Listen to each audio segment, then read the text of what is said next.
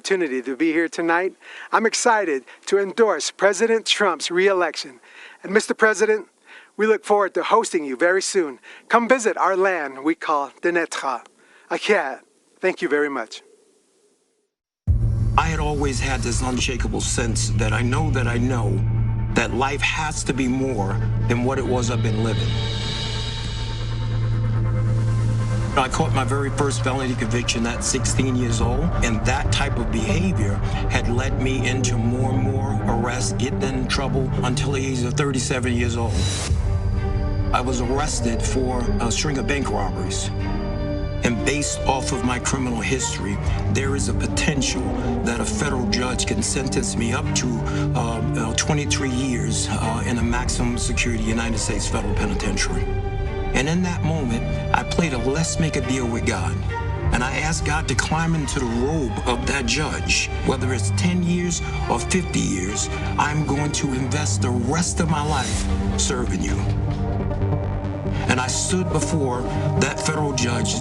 Judge Mahan took his glasses off, leaned back and said, I don't know why I'm going to do this. But he said, I'm not going to give you what you deserve. Then he gave me a lesser sentence. And as I laid on that stainless steel cell, shackled by my hands and my feet, I heard God utter into my spirit, my son, I honored what you asked me to do. He said, never forget the promise that you made to me. And ever since that day, I got up off that floor and my life went in a 180-degree turn in the other direction. When John got that sentence, I just shook my head. I said, wow, John, you are destined for bigger things than prison. My name is Richard Beasley. I was an FBI special agent for about 25 and a half years. It was something about his demeanor when he walked into that room. I had this feeling like everything is gonna be okay. Then when he got out, he gave me a call and says, hey, Rich, let's have lunch. So I met him at the McDonald's, and he's got a Bible with him. I've seen that before where guys have used a Bible as a prop. It took me about 30 seconds to understand that this was not a prop with John. He was a changed guy from the man that I arrested, several years before. When I saw the way that he treated me fairly, I saw the man behind the suit. I started thinking, man, if that worked for me with this law enforcement officer, how can I multiply that and get more law enforcement officers involved so that we can impact this on a larger scale?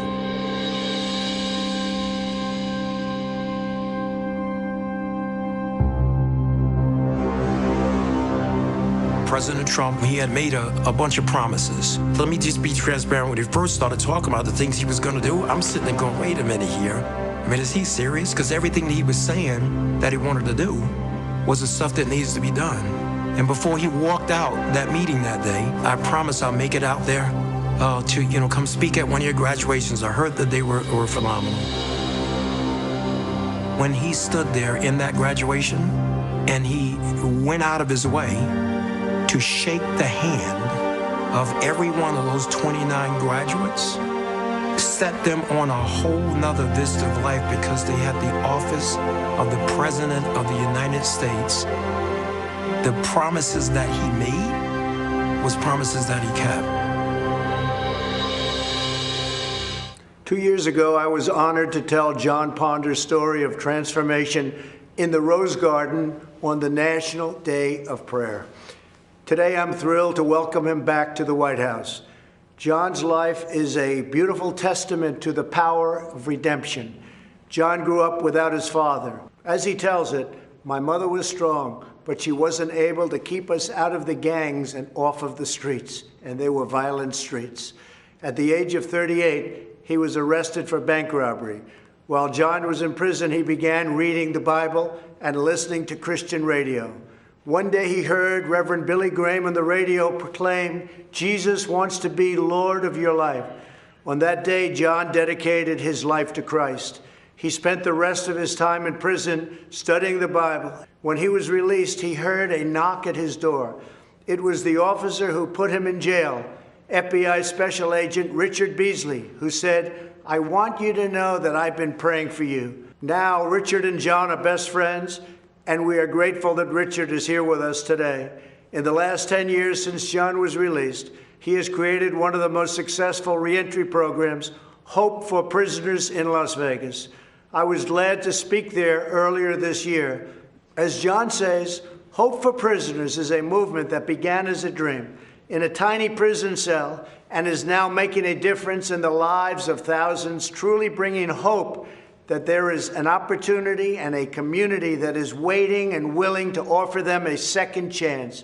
John, we honor your devotion to showing returning citizens that they are not forgotten. We believe that each person is made by God for a purpose. I will continue to give all Americans, including former inmates, the best chance to build a new life and achieve their own American dream, and a great American dream it is. Now I'd like to ask John and Richard to say a few words. I can't tell you how grateful I am to have the opportunity to speak here today. Not so long ago, my life was running from the police, fearing the police, and avoiding the police. Not because of anything that the police had done to me personally, but due to the animosity I had allowed to grow inside of me, making me believe that they were my enemy. But today, praise God, I am filled with hope. A proud American citizen who has been given a second chance. My transformation began in a prison cell where I found myself a 3-time convicted felon facing yet another sentence. I gave my life to Jesus and made him a promise that I would spend the rest of my days helping others like me. My first help and support came from the unlikeliest of places, the FBI agent who arrested me, Richard Beasley. He is now a dear friend and has been a source of encouragement to me throughout my entire journey. I am grateful for the men and women of the Las Vegas Metropolitan Police Department who volunteer their time to people who are returning to our local community after incarceration. These are the real-life heroes who put their lives on the line every day, armed with the promise that they made to protect and to serve, have made a tremendous impact in the lives of men and women reintegrating back into our society. My hope for America is that formerly incarcerated people will be afforded the opportunity to take advantage of the fact that we live in a nation of second chances. My hope for America is that law enforcement and people in the communities across our country can come together and realize that as Americans, we have more in common than we have differences. My hope for our great nation is to continue on this path we are on of being the most prosperous country in the world. I'm so proud of John with his life's turnaround and for all the lives that he's helped to change. It may be hard to believe that as a retired FBI agent, one of my best friends is a person I arrested for bank robbery. When I met John 15 years ago, he was angry, scared, frustrated, and anxious about his future.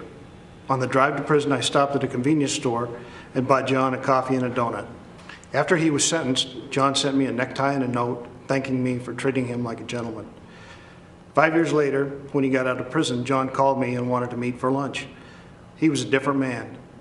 He talked about starting a reentry program for men and women coming out of prison. Over time, John earned the trust and respect of the law enforcement community, many of whom volunteer in John's Hope for Prisoners program. I'm grateful for President Trump's commitment to criminal justice reform. On February 20th of this year, he was the guest speaker at the Hope for Prisoners graduation. He stayed much longer than scheduled to hand out diplomas to the 29 men and women who graduated that day. What a sight. The most important man in the free world shaking hands and pledging his administration's support to ex-offenders. Their families were there, the community was there. What a great second chance. I also appreciate President Trump's support for law enforcement. I always felt like I had strong support as an FBI agent, but there's nothing worse than knowing you're being second-guessed when you're doing your job. In certain parts of our country right now, law enforcement doesn't feel like they have the support from their local leaders. They're being painted with a broad brush, unfairly, with calls for defunding. But as President Trump knows, the overwhelming percentage of law enforcement officers are good, smart people who are doing their jobs very well. And they can change the world working with people like John. Thank you. So now I'd like to invite John's wife, Jamie, to join us as I grant John, I'm not sure you know this, a full pardon. So I don't know if you know that, Jamie. Come on over here. It's just an honor. And you have done incredible work. Thank you, sir. And all of Las Vegas and all of Nevada and all of every place in this country is very proud of you, the job you've done, bringing people back. And you're right, I was supposed to be there for 5 minutes. I stayed for an hour and a half because it was so interesting to me. Congratulations to both. Thank you, sir. Thank you. Richard, thank you very much for the job you do. Thank you, Mr. Fantastic. Thank you. Thank you.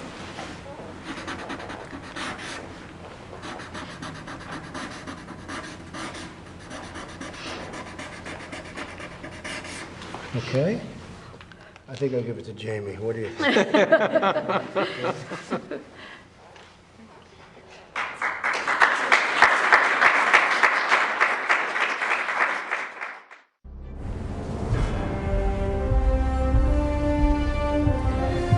Good evening. I'm Senator Rand Paul from Kentucky. Donald Trump and I met many years ago, before he was running for anything. When I first met him, I recall being struck by how down-to-earth he was. He seemed like just a normal guy. Okay, a normal guy with his own plane and helicopter, but who's counting? I was planning a medical mission trip to Guatemala to perform charity eye surgeries, and we needed money to fund the trip. Donald Trump offered to help and immediately came through for us.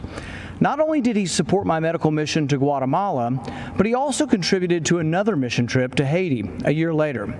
We performed hundreds of cataract surgeries in both countries.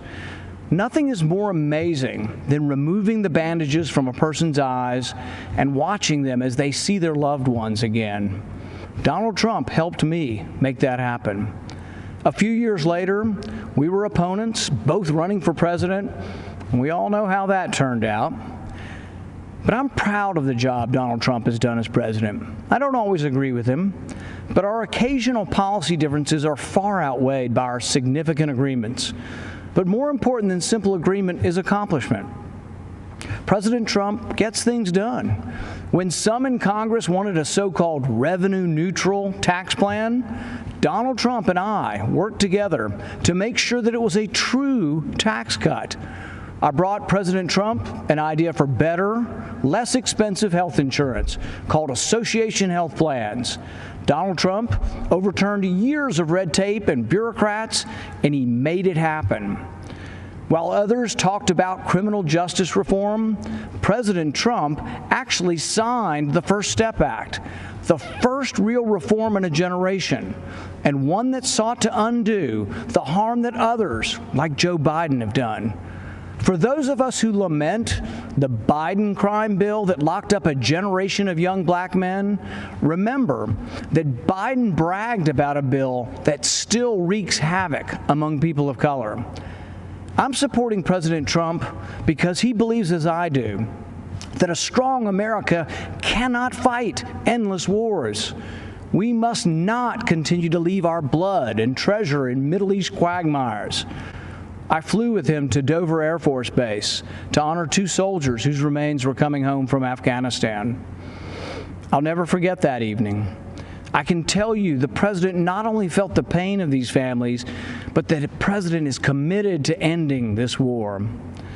President Trump is the first president in a generation to seek to end war rather than start one. He intends to end the war in Afghanistan. He is bringing our men and women home. Madison once wrote, "No nation can preserve its freedom in the midst of continuous warfare." I'm proud to finally see a president who agrees with that. Compare President Trump with the disastrous record of Joe Biden, who has consistently called for more war. Joe Biden voted for the Iraq War, which President Trump has long called the worst geopolitical mistake of our generation. I fear Biden will choose war again. He supported the war in Serbia, Syria, Libya. Joe Biden will continue to spill our blood and treasure. President Trump will bring our heroes home. If you hate war like I hate war, if you want us to quit sending $50 billion every year to Afghanistan to build their roads and bridges instead of building them here at home, you need to support President Trump for another term. So to our soldiers and their families, join me in supporting President Trump. To those of you who want lower taxes and better, less expensive health care, join me in supporting President Trump. To those of you who want to stand up and fight the socialists poisoning our schools and burning our cities, join me in supporting President Trump. Let's rebuild America together.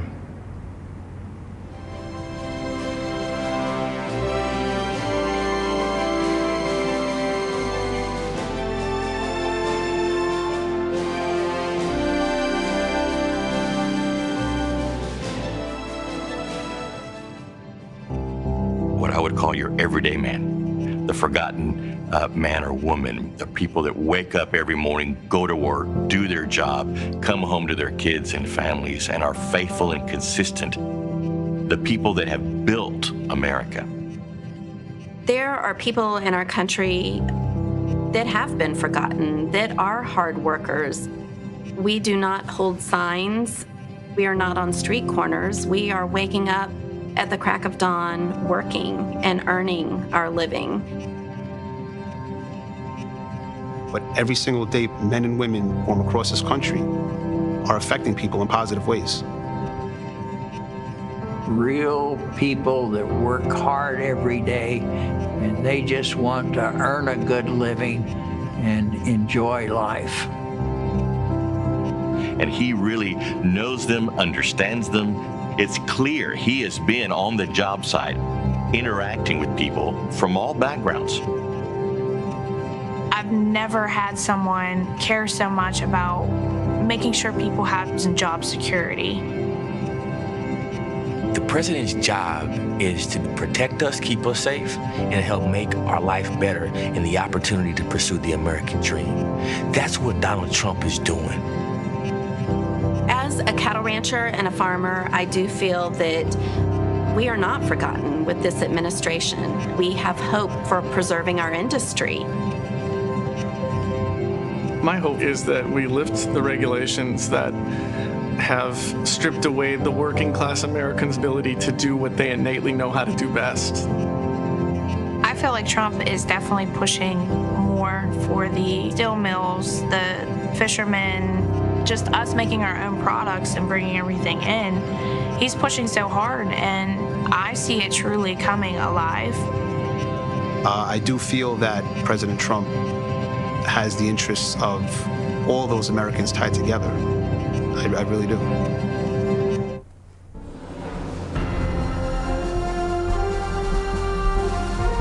Good evening. My name is Jason Joyce, and I'm an 8th-generation lobster fisherman from Swans Island, Maine. I make my living from lobster fishing, oyster farming, and providing eco-tours in the beautiful waters near Acadia National Park, where I have over 200 years of family history. I have to confess, I didn't support Trump in 2016. Skeptical that he shared my conservative views, I expected him to flip-flop on his campaign promises. But he has followed through on his promises, including last week when he brokered a deal to end European Union tariffs of 8% on Maine live lobsters and up to 20% on Maine lobster products, which is great news for Maine's lobstermen and women. I live on an island with 370 residents, and lobstering is how we provide for our families.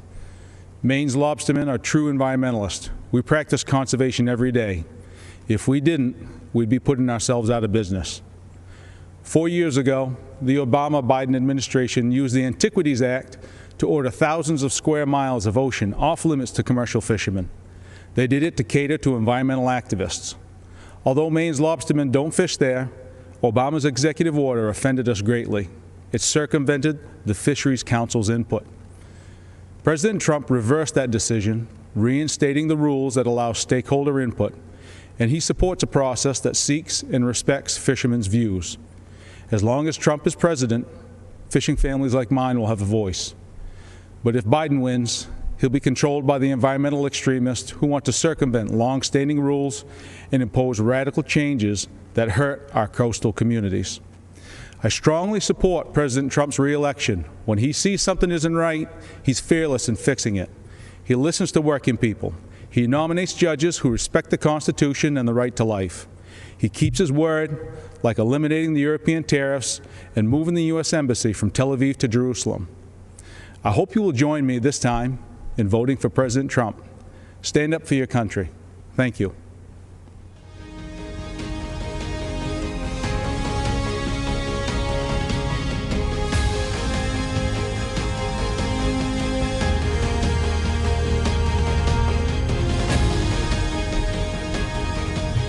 Good evening. My name is Chris Peterson. My husband Gary, our family, and I milk 1,000 cows on a dairy farm in Grantsburg, Wisconsin, a small middle American town. Truth be told, until I married my cute farmer from Grantsburg a long time ago, I was a city slicker from Minneapolis, which is about 70 miles south of us. Donald Trump became president in the middle of the Great Depression for dairy farmers in Wisconsin. In 2016, prices were horrible, and longtime generational farms across the nation were going out of business. In 2017, our 120-year-old barn, which served as our milking center, caught fire and burned to the ground.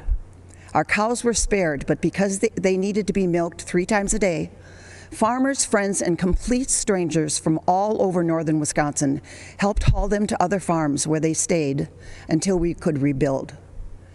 By the end of 2018, we had a new state-of-the-art robotic milking facility that allows our cows to milk themselves 3 times a day. At about the same time, President Trump's economic boom began helping dairy farmers across the nation. As a businessman, President Trump understands that farming is a complicated, capital-intensive, and risky business. More than any president in my lifetime, he has acknowledged the importance of farmers and agriculture. That support and focus on negotiating new trade deals gave us the confidence to rebuild our barn and dairy operation. Business was booming again, and business boomed right until the COVID-19 shutdown in March. Many people probably don't realize that our country is one of the few in the world that produces nearly all of its own food. Fewer still understand how close our food production and distribution system came to collapsing this past spring. But President Trump understood and again took steps to provide the supports we needed. President Trump took the necessary action knowing that agriculture is our backbone and strength, critical to our national security. Our entire economy and dairy farming are once again roaring back. One person deserves the credit and our vote: President Donald J. Trump.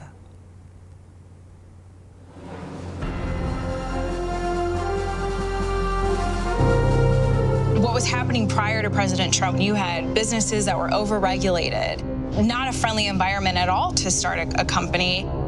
My family stopped ranching about 7 years ago. The regulations became so overbearing that the ranch was slowly sold off. I lost businesses because of this regulation. The factories in our town closed. The businesses in our towns have shut. It got to the point finally that middle America needed help. President Trump came in and was able to shed light on an area that had been so long left behind. Tax Cuts and Jobs Act was huge, especially for a community like ours that has a lot of small businesses, manufacturing, deregulation, fair trade, real life policy changes that affected real Americans. An amazing opportunity to get ahead, to have our businesses, to have our children educated, of school choice. That is something that's huge for parents right now, especially Black moms whose kids are trapped in failing school districts. Before COVID hit, Black unemployment rate was at the lowest ever. I've seen the numbers of employees go up, and they're earning a lot more for their family than what they had previously. What this administration has done, simplifying the government, it's really cut the handcuffs off of America again and allowed us to grow and move forward in a way that I have never seen in my lifetime. When you pull regulation and allow small companies to go out there and be able to play in the game, that is the American dream. People feel that they can support and have a family, and it can build and make us stronger as Americans. What could be taken away if he doesn't win again? Joe Biden said the first thing he's going to do is increase taxes on everyone. Over-regulating and making it where a small business can't grow, that's taking away the American dream. I think with the upcoming election, people just need to think about what is better for them and their family. The president's job is to be the CEO of our country, and he's doing his job. He has improved jobs, he's improved health, he's improved wages, he's cut taxes. I could go on for an hour and a half. The plan was working. Everybody had a job, making money, spending money, boom, bada bang, boop, we good. My kids are gonna look up to me and say, you are the best mom for working, raising us. It's just tremendous what I could do, I guess. This is somebody who loves his country. He's truly fighting for the American people. Hello, folks. You know me from TV and radio. I'm Larry Kudlow. Years ago, I worked for Ronald Reagan. More recently, I helped the team craft Donald Trump's economic plan during the campaign. It was a roaring success. Inheriting a stagnant economy on the front end of recession, the program of tax cuts, historic rollback of onerous regulations that crippled small business, unleashing energy to become the world's #1 producer, and free, fair, and reciprocal trade deals to bolster manufacturing, agriculture, technology, and other sectors. The economy was rebuilt in 3 years. Unemployment fell to the lowest rate of 3.5%. Blue collars, African Americans, Hispanics, women, all groups benefited enormously. Everyone was better off. A rising tide lifted all boats. Then came a once-in-100-year pandemic. It was awful. Health and economic impacts were tragic. Hardship and heartbreak were everywhere. But presidential leadership came swiftly and effectively with an extraordinary rescue for health and safety to successfully fight the COVID virus. A great bipartisan rescue also saved the economy. Right now, our economic health is coming back. With emergency spending and tax cuts, Americans are going back to work. There's a housing boom, there's an auto boom, a manufacturing boom, a consumer spending boom. Stocks are in record territory. A V-shaped recovery is pointing to better than 20% growth in the second half of this year. Now, looking ahead, more tax cuts and regulatory rollback will be in store. Payroll tax cuts for higher wages, income tax cuts for the middle class, capital gains tax cuts for investment, productivity, and jobs. Much more regulatory relief for small businesses. In economic terms, folks, this is no time for a $4 trillion tax hike. Coming out of the deep pandemic, who in their right mind would pick the pockets of taxpayers and drain money from their wallets and purses? Look, our economic choice is very clear. Do you want economic health, prosperity, opportunity, and optimism? Or do you want to turn back to the dark days of stagnation, recession, and pessimism? I believe there can't be better economic policies than we've had in recent years. So I say, stay with them. Thank you.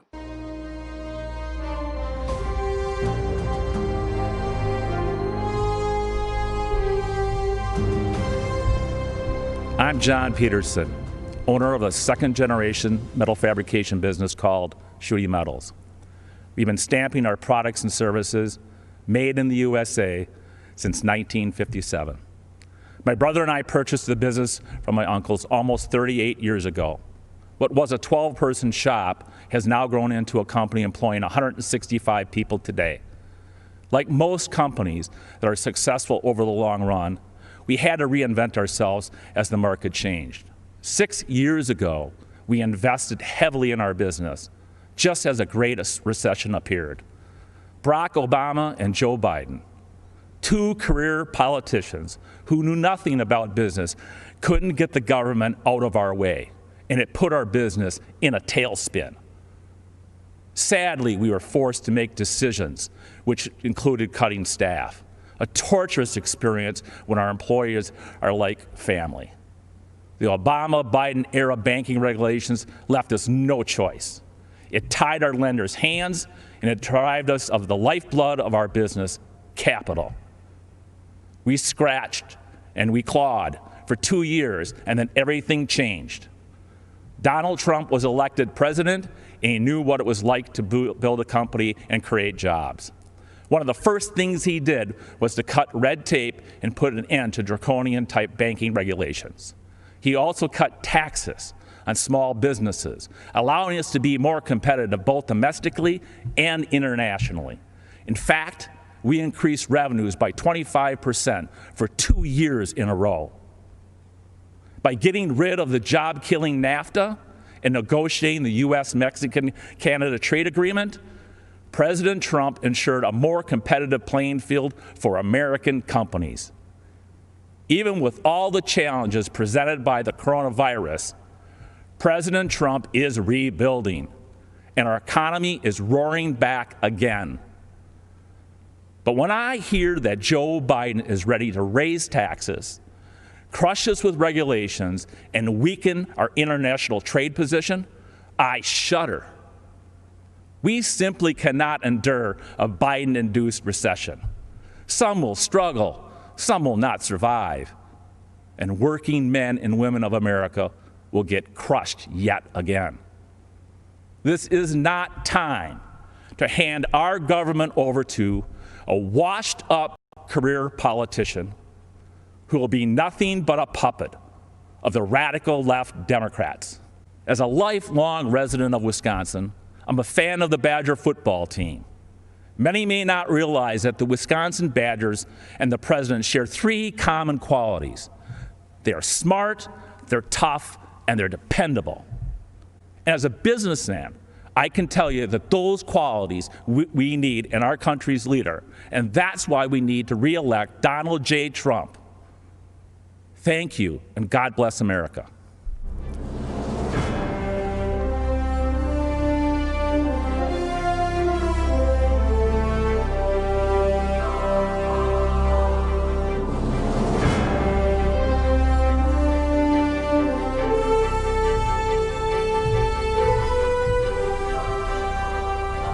Good evening. I'm Sissy Graham Lynch, and I'm honored to speak to you tonight about something that is so important to all of us, our faith. As Americans, we know the first line of the First Amendment protects our freedom of religion. But what we often forget, the actual words are free exercise of religion. That means living out our faith in our daily lives, in our schools, in our jobs, and yes, even in the public square. Our founders did not envision a quiet, hidden faith. They fought to ensure that the voices of faith were always welcomed, not silenced, not bullied. But during the Obama-Biden administration, these freedoms were under attack. Democrats tried to make faith organizations pay for abortion-inducing drugs. Democrats tried to force adoption agencies to violate their deeply held beliefs. Democrats pressured schools to allow boys to compete in girls' sports and use girls' locker rooms. Those are the facts. But then, we, the people, elected Donald Trump. People of faith suddenly had a fierce advocate in the White House. He appointed judges who respect the First Amendment. He supported religious beliefs in court. He ensured religious ministries would not be forced to violate their beliefs. He withdrew the policies that placed our little girls at risk. And on the world stage, President Trump became the first president to talk about the importance of religious freedom at the United Nations, giving hope to people of faith around the world. In America, we have not yet experienced physical persecution, even though the left has tried to silence us. Even during the pandemic, we saw how quickly life can change. Some Democratic leaders tried to ban church services, while marijuana shops and abortion clinics were declared essential. But you know what truly is essential? Our right to worship freely and live our faith in every aspect of life. The Biden-Harris vision for America leaves no room for people of faith. Whether you're a baker, a florist, or a football coach, they will force the choice between being obedient to God or to Caesar, because the radical left's God is government power. So in the words of my grandfather, Billy Graham, let us stand for political freedom, moral freedom, religious freedom, and the rights of all Americans. And let's never give in to those who would attempt to take it from us. Tonight, I'm proudly standing in that public square, and I hope and pray you will join me in voting to re-elect President Trump. I am Bob Vlasolovich, Mayor of Eveleth, a small town in the Iron Range of Minnesota. My father and grandfather earned their livings mining the raw materials that made the steel that built America. This election is a make or break for workers who are carrying on the legacy of men like them. Since the Iron Range economy is vulnerable to economic trends and to foreign trade, we have always needed a strong voice in Washington. We looked to Democrats to fill that void for many years because we actually thought they cared about our welfare. Not anymore. The radical environmental movement has dragged the Democratic Party so far to the left they can no longer claim to be advocates of the working man. This is hard for me to say because I am a lifelong Democrat. But for far too long, members of both parties allowed our country to be ripped off by our trading partners, especially China, who dumped steel into our markets and slapped tariffs on our products. And what did so-called leaders like Joe Biden do? Nothing. The human cost has been devastating. We lost thousands of jobs. We lost a generation of young people who had to leave the Iron Range to find a livelihood. And worst of all, we lost hope. Then something unexpected happened. A straight-talking New Yorker burst onto the scene, promising to stand up to China and the rest of the world on behalf of the American worker. 4 years later, the Iron Range is roaring back to life, and we have one man to thank, President Donald Trump. He made good on his promises by cutting our taxes, rolling back senseless regulations, and delivering trade deals that put America's interests first. But the fight is not over. Joe Biden has allowed radicals like AOC to craft his environmental policies. Their so-called Green New Deal is a job-killing disgrace dreamt up by people who don't live in the real world. But Biden is too weak, too scared, and too sleepy to stand up to the radical left. He has been doing nothing in Washington for 47 years. Why would year 48 be any different? President Trump won't back down to anybody. He delivered the best economy in our history, and he will do it again for all of us. The Iron Range's economic future and survival is at stake, and so is America's. We know we can count on President Trump to fight for us and win. Let's make sure he wins on November 3rd. God bless America.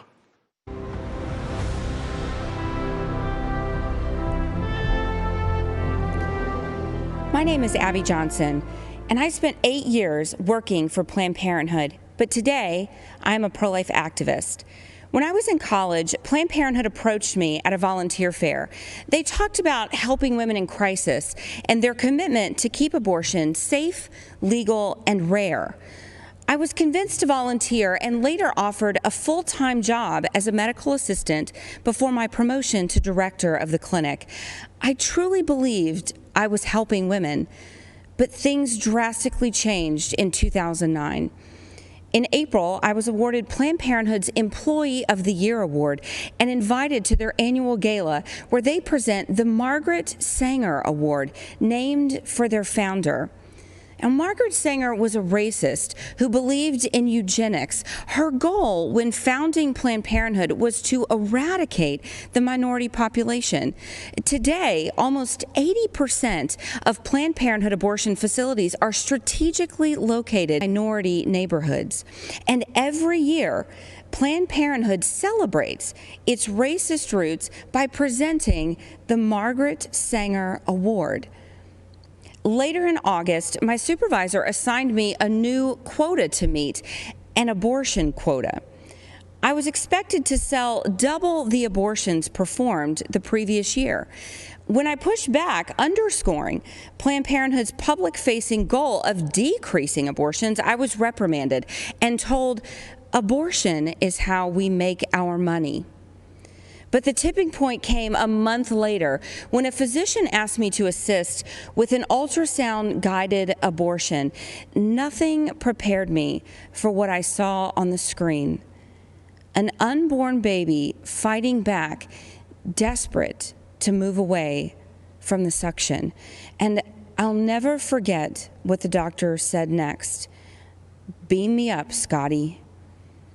The last thing I saw was a spine twirling around in the mother's womb before succumbing to the force of the suction.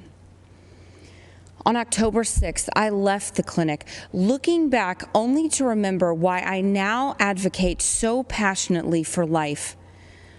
I founded and currently run And Then There Were None, a nonprofit organization that's helped nearly 600 abortion workers transition out of the industry. For most people who consider themselves pro-life, abortion is abstract. They can't even conceive of the barbarity. They don't know about the products of conception room and abortion clinics where infant corpses are pieced back together to ensure nothing remains in the mother's wombs, or that we joked and called it the pieces of children room. You see, for me, abortion is real. I know what it sounds like. I know what abortion smells like. Did you know abortion even had a smell? I've been the perpetrator to these babies, to these women, and I now support President Trump because he has done more for the unborn than any other president. During his first month in office, he banned federal funds for global health groups that promote abortion. That same year, he overturned an Obama-Biden rule that allowed government subsidy of abortion. He appointed a record number of pro-life judges, including 2 Supreme Court justices, and importantly, he announced a new rule protecting the rights of healthcare workers objecting to abortion, many of whom I work with every day. Life is a core tenet of who we are as Americans. And this election is a choice between 2 radical anti-life activists and the most pro-life president we have ever had. That's something that should compel you to action. Go door to door, make calls, talk to your neighbors and friends, and vote on November 3rd. Take action that reelects our president, and do it with our very most vulnerable Americans in mind, the ones who haven't been born yet.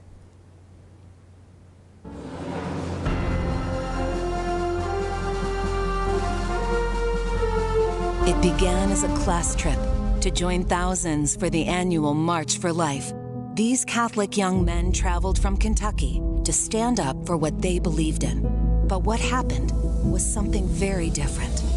Crackers with Make America Great hat on. You little dirty crackers, your day coming.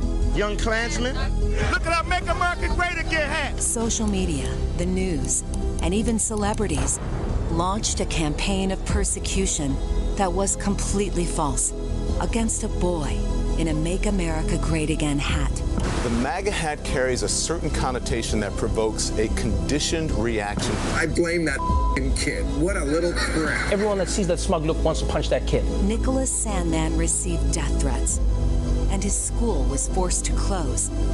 Tonight, Nicholas tells his story.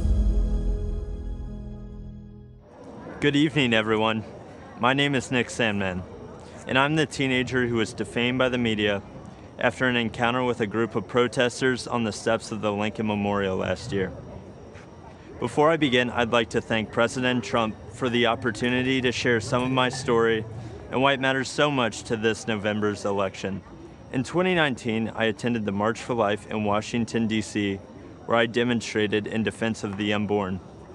Later that day, I bought a Make America Great Again hat because our president, Donald Trump, has distinguished himself as one of the most pro-life presidents in the history of our country, and I wanted to express my support for him too.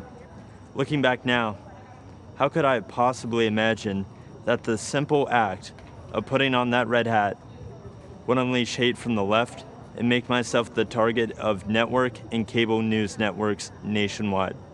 Being from Kentucky, the birthplace of Abraham Lincoln, my classmates and I visited the Lincoln Memorial.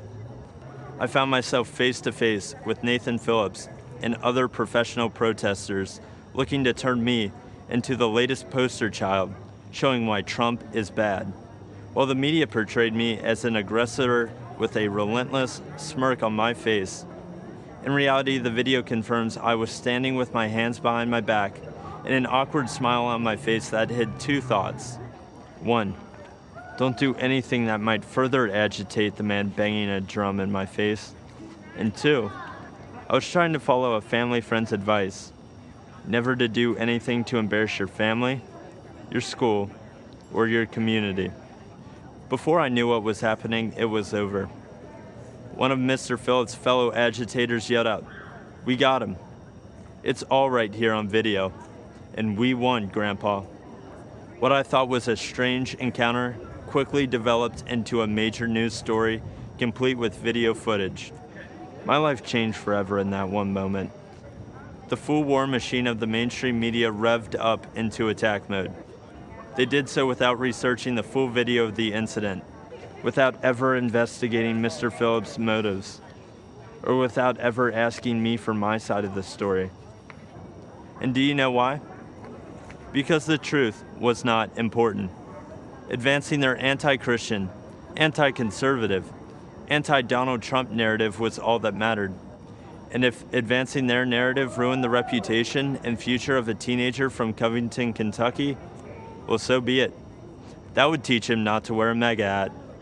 I learned what was happening to me had a name.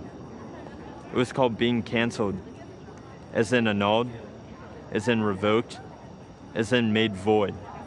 Canceled is what's happening to people around this country who refuse to be silenced by the far left. Many are being fired, humiliated, or even threatened. And often, the media is a willing participant. But I would not be canceled. I fought back hard to expose the media for what they did to me, and I won a personal victory. While much more must be done, I look forward to the day that the media returns to providing balanced, responsible, and accountable news coverage. I know President Trump hopes for that too. And I know you'll agree with me when we say that no one in this country has been a victim of unfair media coverage more than President Donald Trump.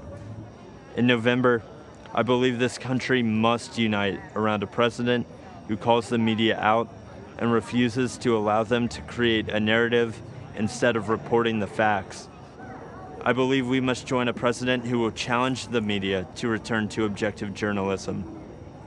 And together, I believe we must all embrace our First Amendment rights and not hide in fear of the media or from the tech companies or from the outrage mob either. This is worth fighting for. This is worth voting for. And this is what Donald Trump stands for. Thank you all for listening to me tonight. And one more thing. Let's make America great again.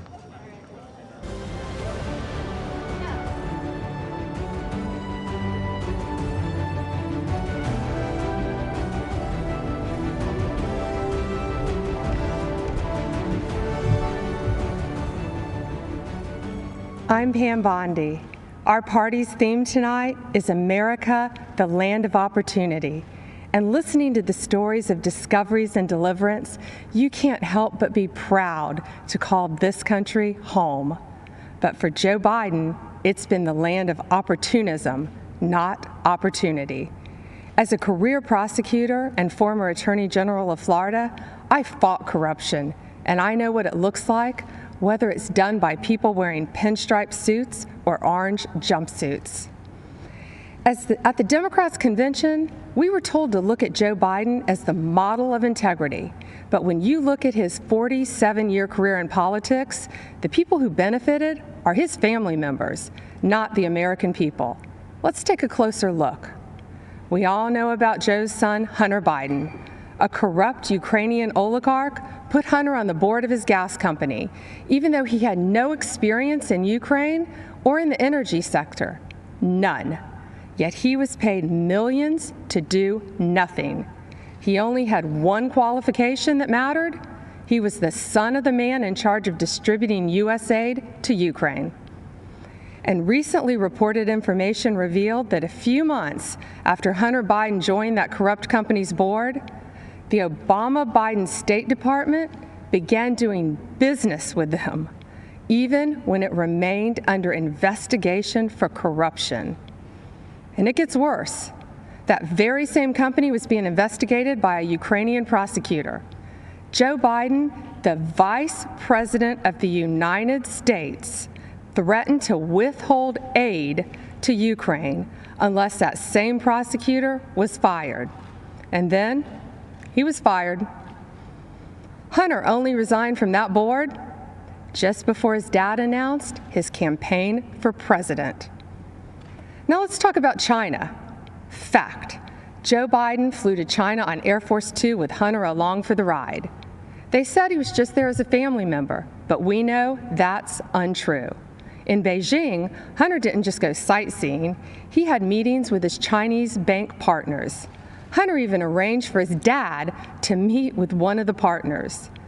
10 days later, those Chinese communist bankers approved millions to go to Hunter's firm.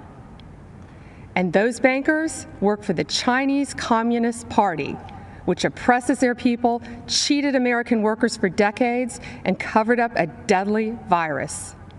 To this day, Hunter controls a 10% stake in that firm. And Joe Biden's done more than look the other way on China. He said, "The Chinese aren't our competition. Come on, man, they're not bad folks." Come on, Joe. Talk to the folks in Middle America who lost countless jobs to China while your son was getting rich with them. But there's more. Fact: there have been numerous press reports that have shown other close Biden family members benefited from Joe's 47-year political career. Joe Biden was point person on Iraq. The president of a construction firm met with Biden's team in the White House, and then who did they hire to build thousands of houses in Iraq? Joe Biden's close family member, who, you guessed it, had no experience in the industry and no experience in Iraq. A company official bragged that it helps to have a family member, the vice president, as partner.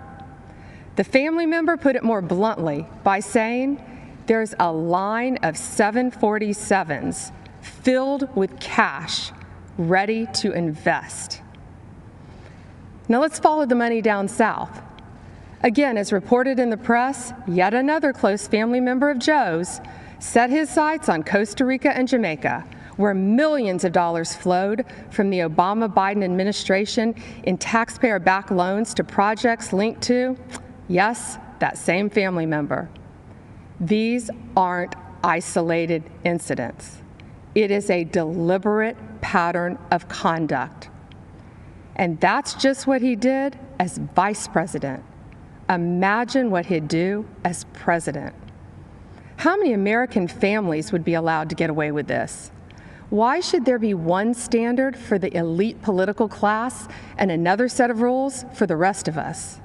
When millions of Americans voted for Donald Trump, they knew he'd be different, and he is. He's a tough, no-nonsense outsider who can't be bought or intimidated. He won't even take a paycheck from the American people. He donates his paycheck to charities across this country. Democrats have been lecturing America about integrity for 4 years, while their nominee has been writing the textbook on abuse of power for 40 years. If they want to make this election a choice between who's saving America and who's swindling America, bring it on. Joe says he'll build back better. Yeah, build the Bidens back better. Our president is in this to build a safer, better, and stronger America, and he will finish what he started to keep this a real land of opportunity for everyone. If you want to check your voting status, secure your ballot, or register to vote, text VOTE to 88022. Remember, the best is yet to come.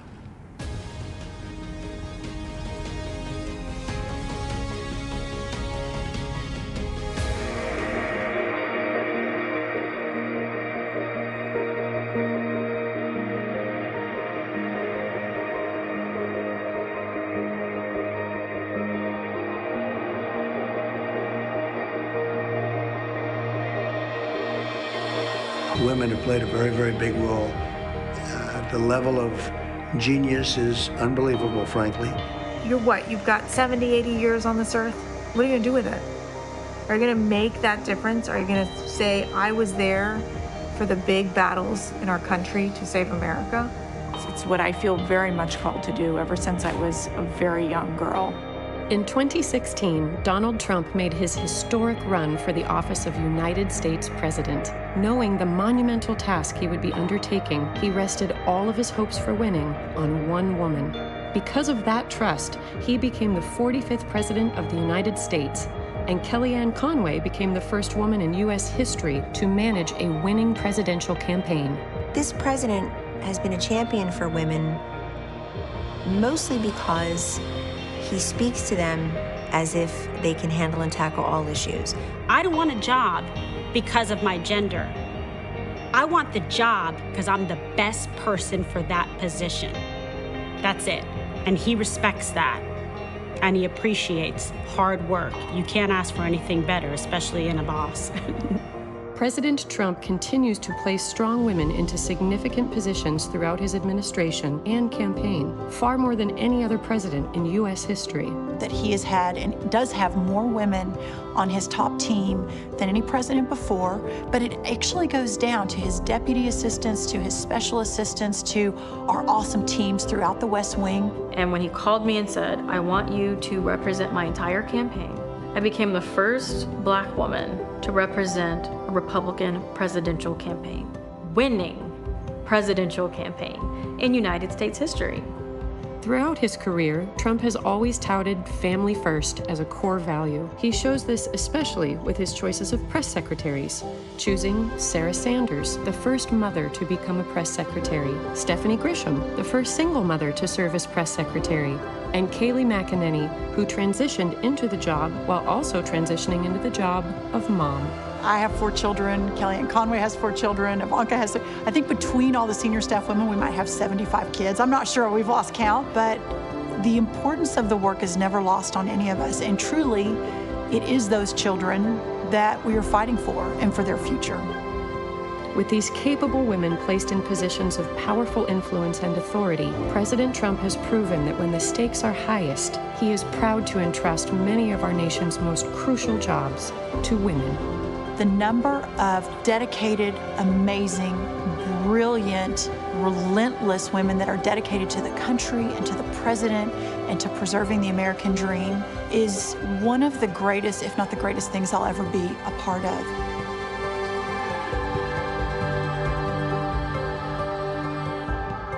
Only the president would say, let's take that stay-home mom and have her run the party. What a smart guy.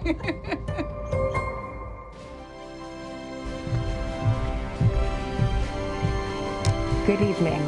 I'm Tiffany Trump. Since speaking at the Republican convention 4 years ago, so much has changed for the world, for our country, and for my family. Like so many students across the world, I graduated from law school during the pandemic. Our generation is unified in the facing the future in uncertain times, and many of us are considering what kind of country we want to live in. As a recent graduate, I can relate to so many of you who might be looking for a job.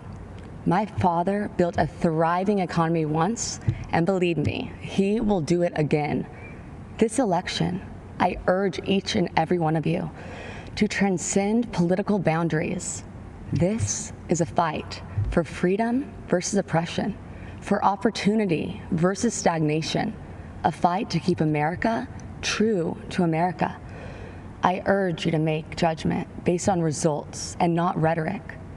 If you believe in criminal justice reform, there is only one president that passed the First Step Act, giving people a second chance, a chance at a life once again. And if you believe in expanding quality and affordable health care, only President Trump, my father, signed the right to try into law the Favored Nations Clause and other actions to lower drug prices and keep Americans from getting ripped off. People must recognize that our thoughts, our opinions, and even the choice of who we are voting for may and are being manipulated and visibly coerced by the media and tech giants. If you tune into the media, you get one biased opinion or another. And what you share, if it does not fit into the narrative that they seek to promote, then it is either ignored or deemed a lie, regardless of the truth. This manipulation of what information we receive impedes our freedoms. Rather than allowing Americans the right to form our own beliefs, this misinformation system keeps people mentally enslaved to the ideas they deem correct. This has fostered unnecessary fear and divisiveness amongst us. Why are so many in media and technology, and even in our own government, so invested in promoting a biased and fabricated view? Ask yourselves, why are we prevented from seeing certain information? Why is one viewpoint promoted while others are hidden? The answer is control, because division and controversy breed profit. But what are the consequences when only one side of the story gets out, or when only one viewpoint is acceptable? For our education system, it meant sacrificing civil debate by creating an atmosphere where students with contrary opinions are too afraid to speak. Many students find themselves suppressing their beliefs to fit into what the acceptable groupthink is. In short, our nation suffers by inhibiting our diversity of thought and inclusion of ideas. Working together, outside of our political comfort zones, will accomplish so much more. Some cynical politicians do not seem to believe in the miracle of America. Well, I do. As Maximo Alvarez said so eloquently last night, if freedom is lost in this country, there is nowhere else to go. Having hope is not weakness, and believing in miracles is a gift from God. So tonight, I want to tell you the uncensored truth of what we believe in. We believe in equality of opportunity. We believe in freedom of thought and expression. Think what you want. Seek out the truth. Learn from those with different opinions, and then freely make your voice heard to the world. We believe in school choice because a child's zip code in America should not determine their future. We believe in freedom of religion for all faiths, and we believe in the American spirit, a country founded on ideas, not identity, a country where our differences are embraced, and the only country where the word dream has been attached to it. Because in America, your life is yours to chart. So if you're hearing these things and thinking to yourself, that is the kind of country that I want to live in, well, whether you realize it or not, you are a Trump supporter. I encourage you to see beyond the facade that so many other politicians employ. They mask themselves in disguises of decency as they try to pressure us to mask our own identities and beliefs. My father is the only person to challenge the establishment, the entrenched bureaucracy, big pharma, and media monopolies to ensure that Americans' constitutional freedoms are upheld and that justice and truth prevail. My father does not run away from challenges, even in the face of outright hatred, because fighting for America is something he will sacrifice anything for. He dreams big dreams for our country, and he is relentless at achieving them. You see, Make America Great Again is not a slogan for my father. It is what drives him to keep his promise of doing what is right for American citizens. The energy of change and opportunity is with us. God has blessed us with unstoppable spirit, his spirit, the American spirit. My dad has proven to be driven by that spirit. He has demonstrated his faith and his uncompromising heart and actions. My father has made me believe that America can truly be great again. If you care about living your life without restraints, about rebelling against those who would suppress your voice and building your American dream, then the choice in this election is clear. A vote for my father, Donald J. Trump, is a vote to uphold our American ideals. Be true to yourself and stay true to the dream of America. Thank you, and God bless you all.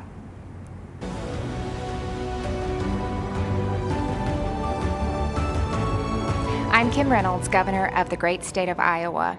I love this state, and I'm so proud to serve its people. Iowa truly is a land of opportunity. It's the birthplace of the computer, it's a landmark of the financial services industry, and as so many of you already know, it's filled with farmland that feeds and fuels the world. It's also home to people who care for one another, who work hard, who love this country, and are truly grateful for the freedoms it provides. As I like to say, Iowa is one big small town. Neighbor helping neighbor is in our DNA. From the sick farmer who can't harvest his crops, to the single mom who loses her job and is struggling to get back on her feet, the town, the community, helps them get through it. But what happens when a storm rips through almost the entire state? When it's not one farmer who lost his crop, but hundreds? When it's not one neighbor who was without food, but thousands? That happened just 2 weeks ago. A storm called a derecho with hurricane-force winds of up to 140 miles per hour wiped out millions of acres of crops, left thousands without power. It destroyed homes, wrecked lives, and left devastation in its wake. It was the worst storm in our state's history. And Iowans did what you expect Iowans to do. They helped each other, they took care of each other, and they still are. But someone else had our back, our president. When the winds had finished raging and the cleanup had only begun, he showed up.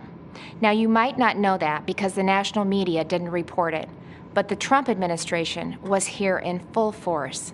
The day after the storm, the president called to assure me that we had the full backing of the federal government. And later that week, Vice President Pence came to Iowa to again assure us that the president and his administration were behind us. With the help of the Trump administration, we quickly received a major disaster declaration that will help Iowans get back on their feet. The president, he cut through the bureaucracy to do what needed to be done and to do it quickly. But that's not the first time President Trump showed Iowans that we can rely on him. In 2019, when 100-year floods breached nearly every levee and devastated communities large and small along the Missouri River in Iowa, Nebraska, and Missouri, the president approved our request for aid in record time, in just 2 days. Well, this year, he did it in less than 24 hours. So whether it's providing needed relief to farmers who were the target of China's unfair trade practices, hammering out new free and fair trade deals, or fighting for workers and small businesses who were hit hard by COVID-19, we have a president and a vice president who get things done. And because of President Trump and his leadership, our country is able to bounce back from setbacks and see opportunity grow and thrive. This is an administration of action and outcomes. They are delivering every day on their promise to make America great again. And that's exactly why we need to re-elect President Donald J. Trump in November. Thank you, and may God bless the United States of America. America, the land of opportunity, a country where your own resolution to succeed is more important than any other. Abraham Lincoln's words from 165 years ago still resonate today because of who we are and because of what we are. A country where a boy born into poverty in a log cabin, raised right here on the frontier of Indiana, could educate himself, become a lawyer, become a president of the United States who would preserve the Union, abolish slavery, and save the nation. As a fellow Hoosier, visiting Lincoln's boyhood home has always been a treasured experience for me and my family. It's a place that made Lincoln. It shaped Lincoln and defined the man that Lincoln would become. America is the land of opportunity. As President Donald Trump declared at Mount Rushmore, in America you can do anything. You can be anything. And together, we can achieve anything. Every day, President Donald Trump is fighting to protect the promise of American liberty. Every day, our president's been fighting to expand the reach of the American dream. And on every single day, without fail, President Donald Trump has been fighting for you. So tonight, I'd like to introduce you to a few remarkable Americans who represent that solemn pledge, who embody our president's unbreakable devotion to ensuring that America is a land of unlimited opportunity for all. Jack is an 8-year-old from Wisconsin who was struggling academically and socially in school. But Jack's mom, Sarah, who works 3 jobs to support her son, applied for Wisconsin's school choice voucher program. We're glad that we were able to get the school choice voucher to go to that school. With Jack, he would have slipped through the cracks in public schools, and having the option to go to a school that fits him has been a real game changer for us. And I know that because of that opportunity that he's going to succeed and he's going to achieve that goal of being an apparatus engineer, if that's what he chooses to stick with. Laura McClin is a mother of another inspiring boy, Jordan. Jordan has Duchenne muscular dystrophy, a fatal muscle weakening disorder. Jordan was at my side in Indiana when, as governor, I signed a law allowing terminally ill patients to access experimental drugs not yet approved by the FDA. In 2018, President Trump signed the landmark federal Right to Try bill into law. Thanks to the president's leadership, critically ill patients have the right to access life-saving experimental treatments. We started fighting for Right to Try, which basically says if you have a terminal illness and there's a drug that exists and you don't qualify for the clinical trial, there's no other way to receive it. This is a unique pathway that allows you to have access. You made us a promise back in Indiana that you would do whatever it took to help Jordan, and we're so grateful that you joined us on this journey and stuck it out until it became law so that other people could access treatments. So Jordan, if President Trump was standing right there, what would you say to him today about Right to Try? Thank you for being a hero to everybody in the country. Judge Cheryl Allen made history in 2007 when she became the first African-American woman to be elected to serve on the Pennsylvania Superior Court. It's because of leaders like Judge Allen that our nation has overcome our greatest challenges.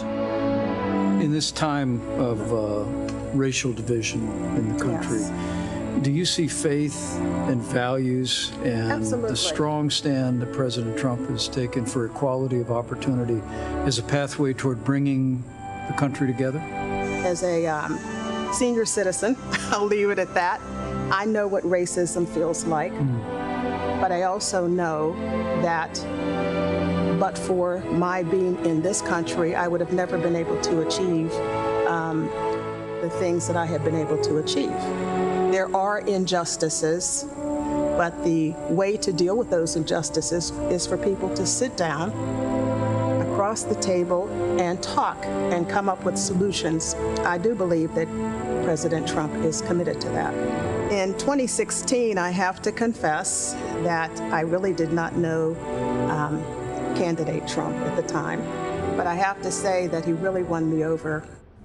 Gino's a truck driver from Ohio who heard politicians for years make empty promises about defending American jobs, only to see those promises broken again and again.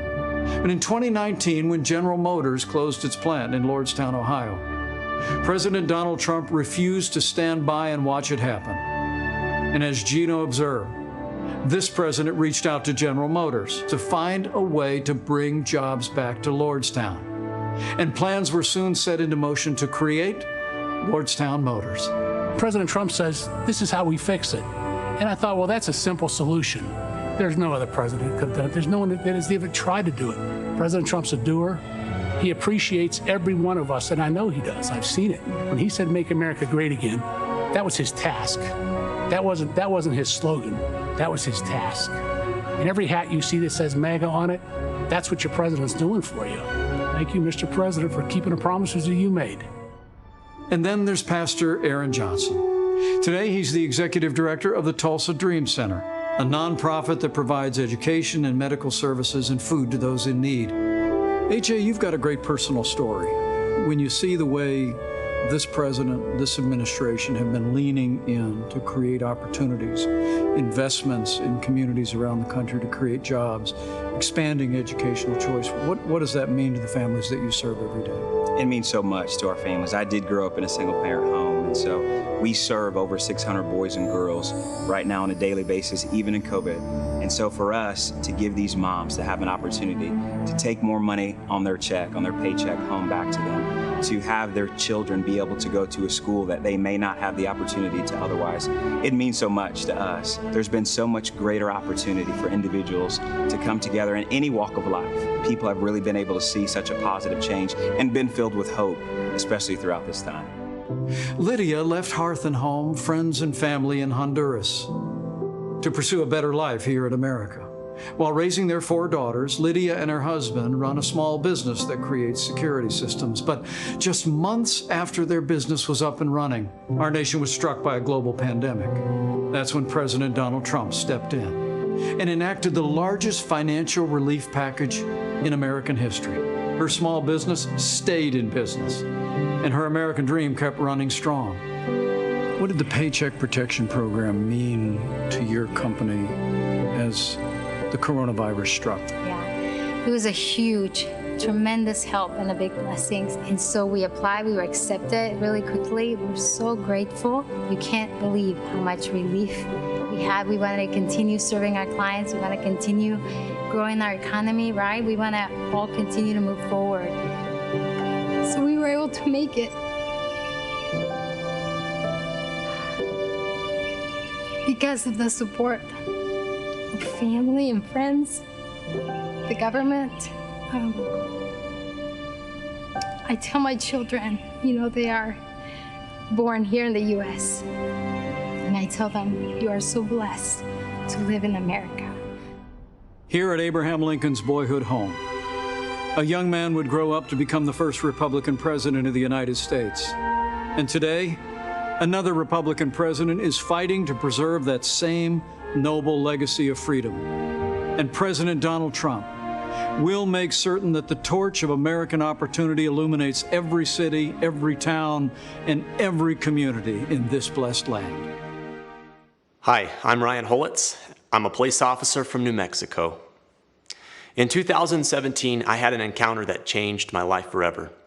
I had just started my shift and responded to a call for service at a gas station. When I arrived, I saw a man and a woman sitting on a grassy slope.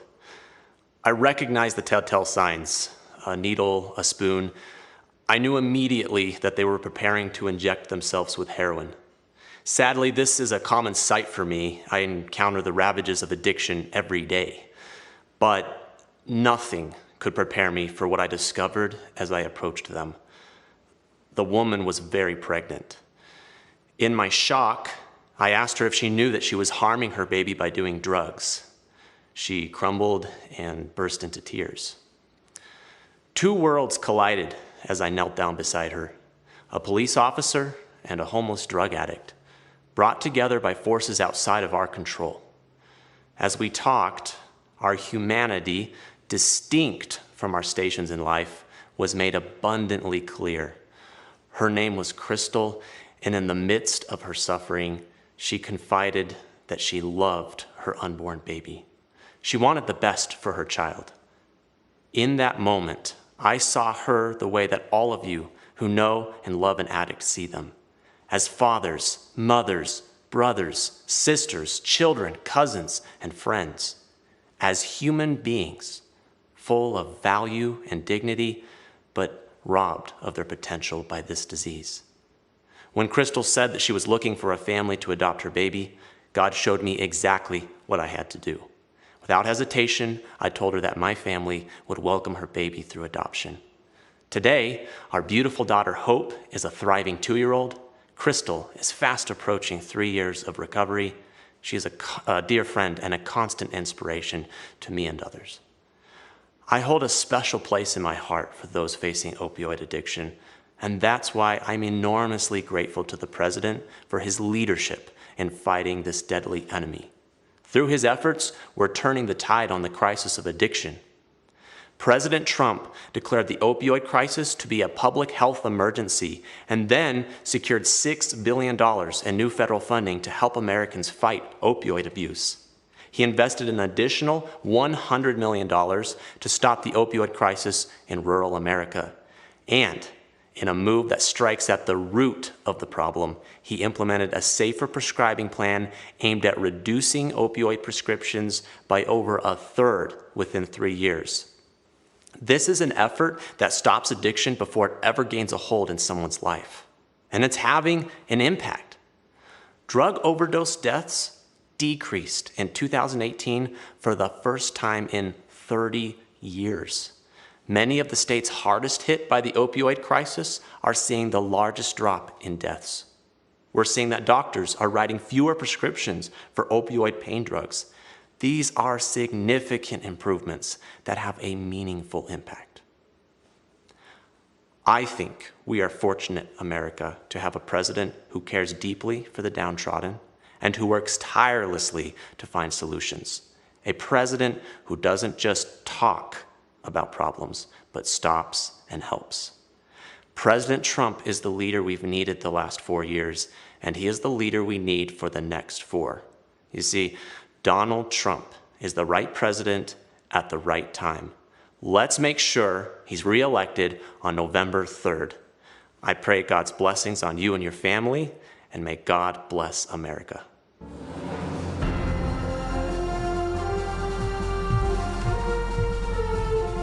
Good evening. My name is Jeanette Nunez, and I'm proud to serve as Lieutenant Governor of the great state of Florida. Tonight, I'm honored to share my story of faith, family, and American freedom.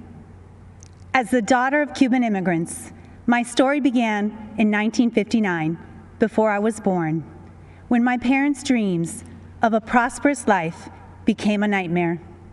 Chaos spread quickly when Fidel Castro took control of Cuba. The government confiscated private property, stealing people's homes, farms, and businesses. For my parents, the difficult decision to flee communist Cuba came when the Castro regime abolished religious freedom. Fellow Americans, the fabric of our nation is in peril. Daily, the radical left systematically chisels away at the freedoms we cherish. They peddle dangerous ideologies, cower to global progressives, and normalize socialism to dismantle our Constitution. Let me assure you, socialism doesn't offer opportunity. Socialism deprives. It is a falsehood that feigns promises for its masses and consistently yields only misery. President Ronald Reagan warned, if we lose freedom here, there's no place to escape to. Truer words have never been spoken. Americans have a choice.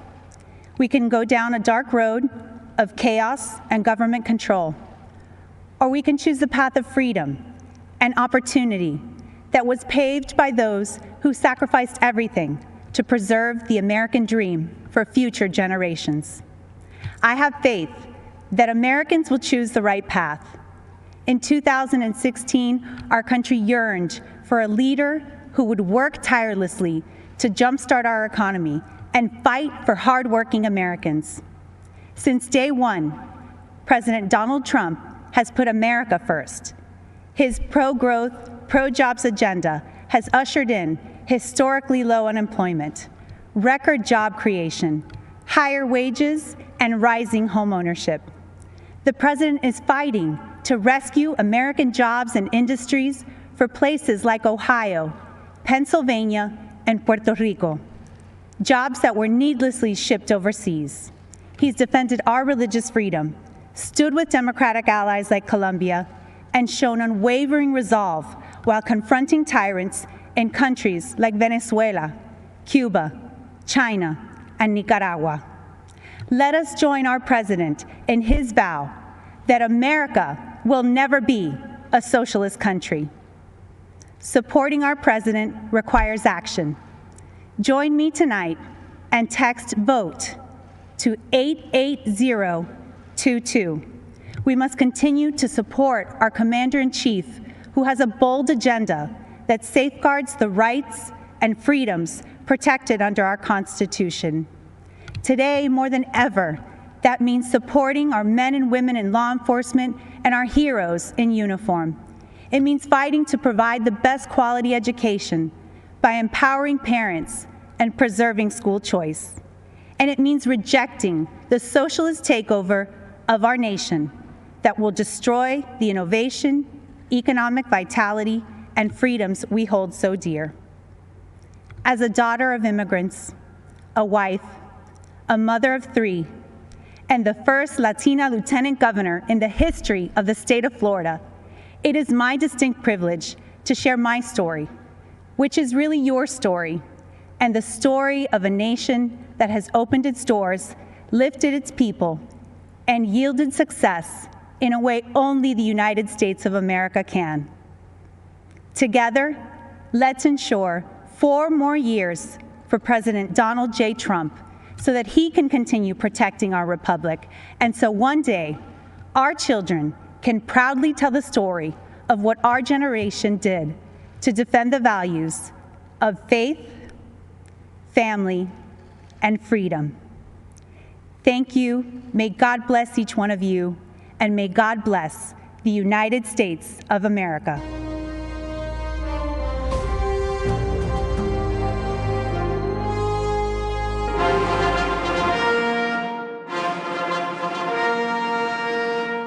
Ladies and gentlemen, the President of the United States.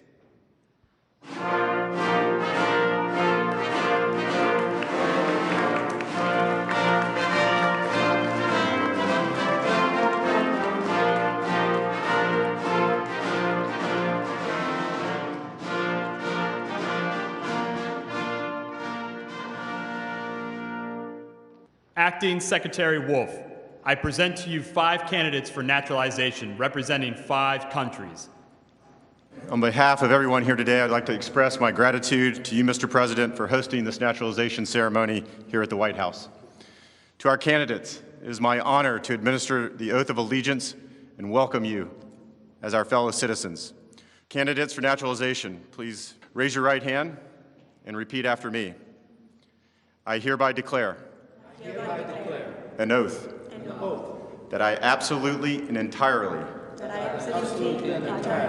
renounce and abjure all allegiance and fidelity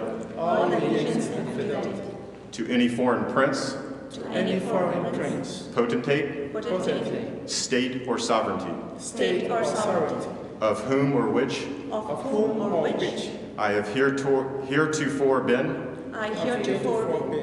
a subject or citizen. That I will support and defend the Constitution and laws of the United States of America. Against all enemies, foreign and domestic. That I will bear true faith and allegiance to the same. That I will bear arms on behalf of the United States. When required by law. That I will perform. Non-combatant service. In the armed forces of the U.S. When required by law. That I will perform work. Of national importance. Under civilian direction. When required by law. And that I take this obligation freely. Without any mental reservation. Or purpose of evasion. So help me God. Congratulations, you're now citizens of the United States of America.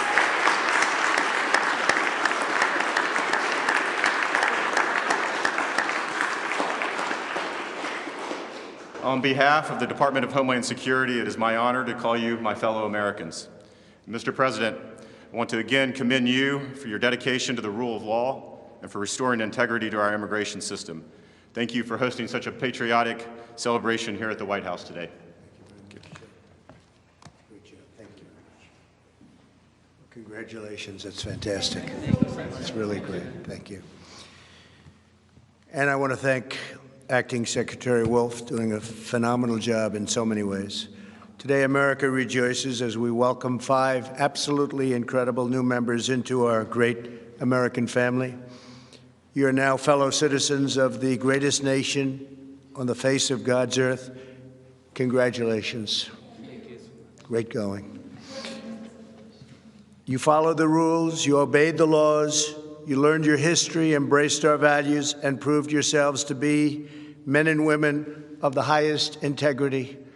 It's not so easy. You went through a lot, and we appreciate you being here with us today. You've earned the most prized, treasured, cherished, and priceless possession anywhere in the world. It's called American citizenship.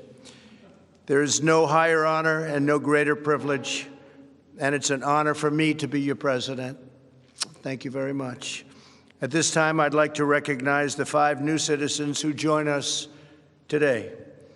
Robert Martin Ramirez Alcazar is from Bolivia and has been a lawful permanent resident of the United States since 2013.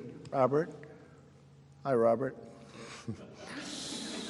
He and his wife are raising 3 beautiful children.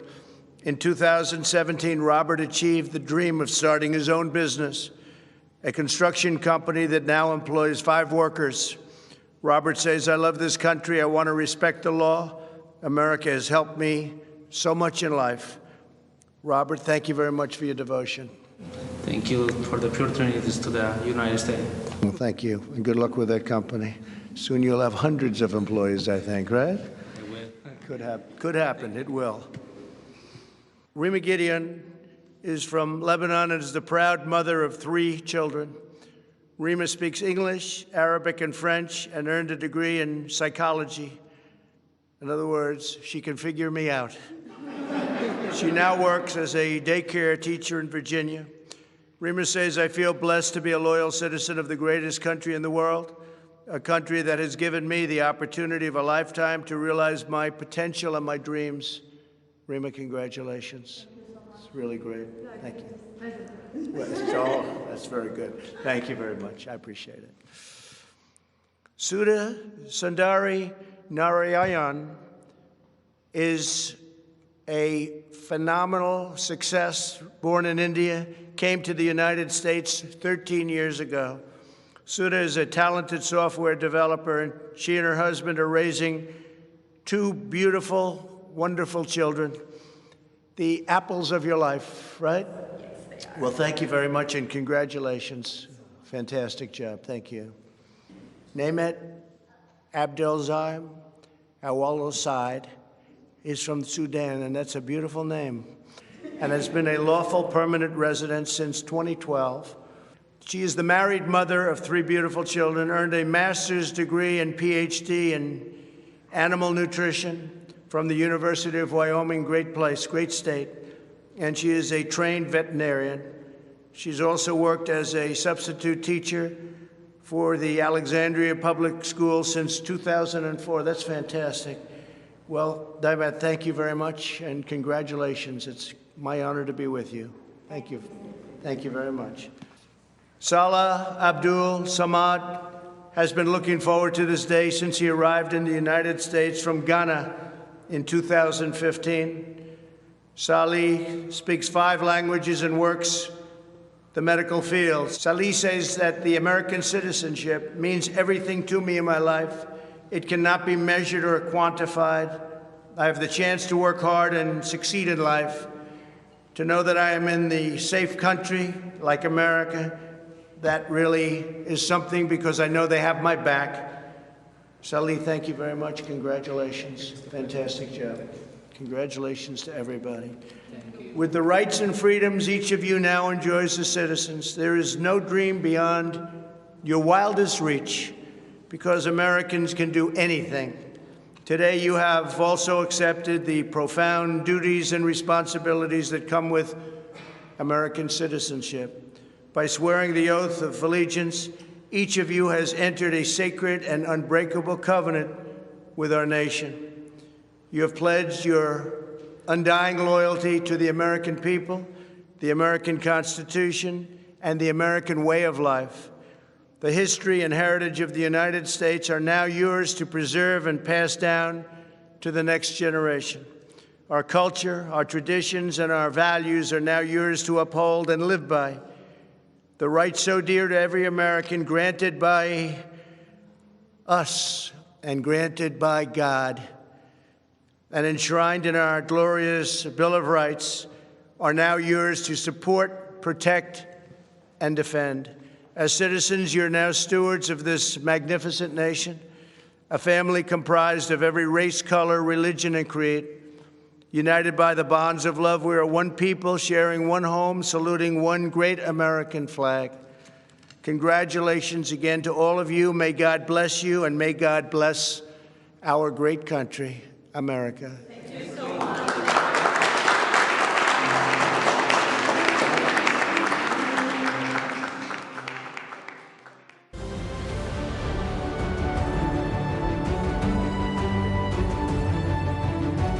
Good evening, America. When I stood on this convention stage 4 years ago, no one fully understood the historic change that was about to take place. We could all feel it. Something was happening. A movement was forming just below the surface. The forgotten man and woman, voiceless in Washington, D.C., were preparing to rise up. Our movement followed the pattern of so many that came before us. First, we were ignored. Then we were laughed at. Then they fought us. And then, together, we won. From that moment forward, America came first. America started winning again.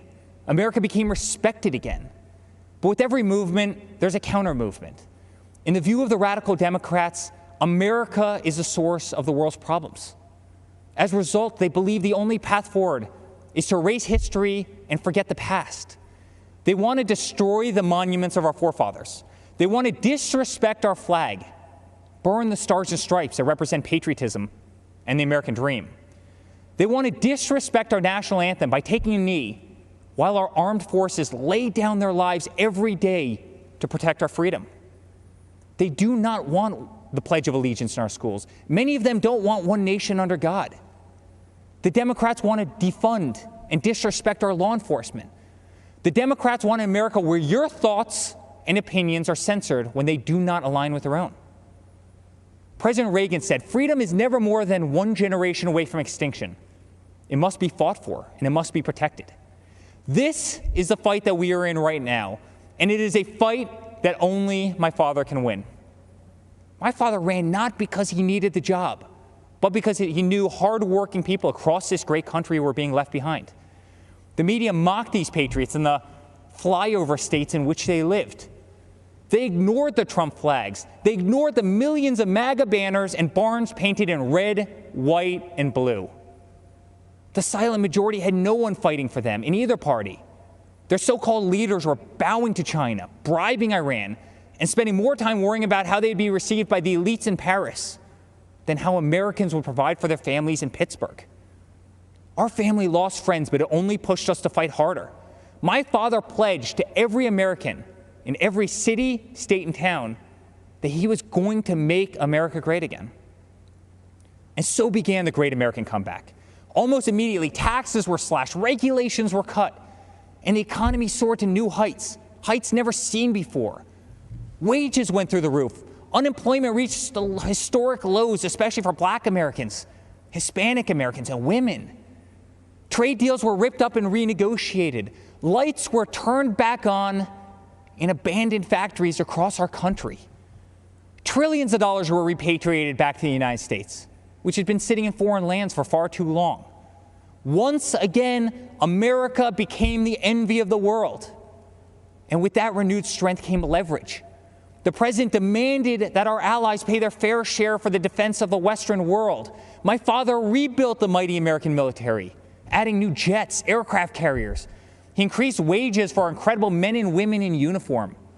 He expanded our military defense budget to $721 billion per year. America was no longer weak in the eye of the enemy. The moment President Trump ordered special forces to kill